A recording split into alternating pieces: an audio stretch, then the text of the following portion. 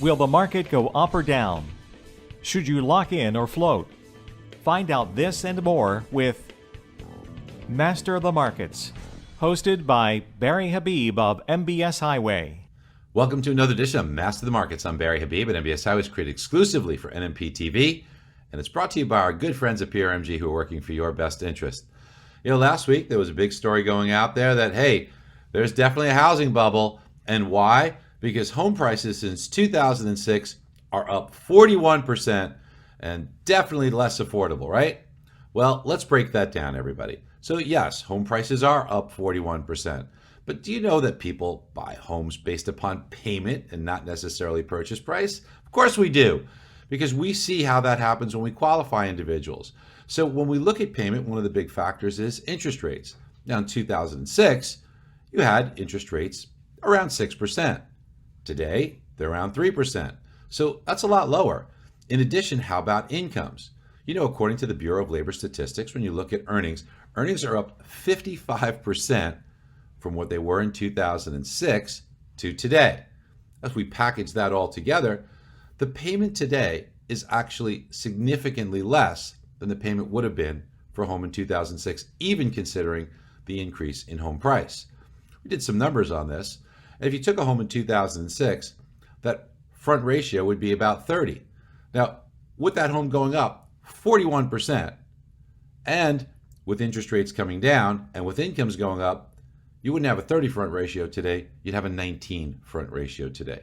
So the media doesn't understand this. They just splurt out numbers, trying to get eyeballs, saying that, oh my goodness, home prices have gone up, so has to be much less affordable, but they just don't get it. We take a look at the real numbers, we could see it's actually a lot more affordable to buy a home today than in 2006. Plus in 2006, there were approximately 13 million less households, but at the same time in 2006, there were about 2.5 million more homes for sale.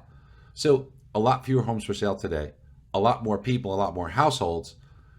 It is a totally different situation than where we were in 2006. There's not a bubble out there. This is a housing market that is hot. Sure, it would be great if it were a little bit cooler, if appreciation levels weren't at the levels that they are today. That would make it a little bit more comfortable. But still, we are not seeing any kind of bubble-like conditions. Now, this week, it's going to be quiet as far as the news goes, but there will be a couple of auctions. And the one to keep your eye on is the 10-year Treasury note auction.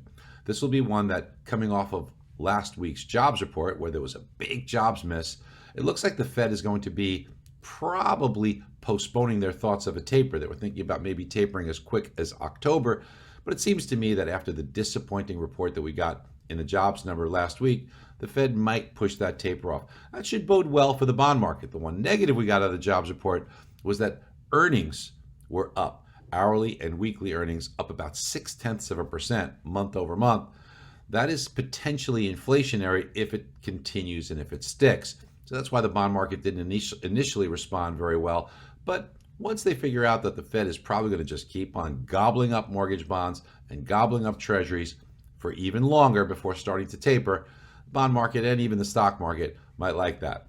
Hey, if you're not getting MBS Highway every day, I should say, well, you're really putting yourself at a disadvantage to your competitors who are, because they're going to speak the language that your customer needs to hear. They're going to be advisors instead of salespeople. It's time to make that decision for yourself. Hope you have a great one. Bye-bye.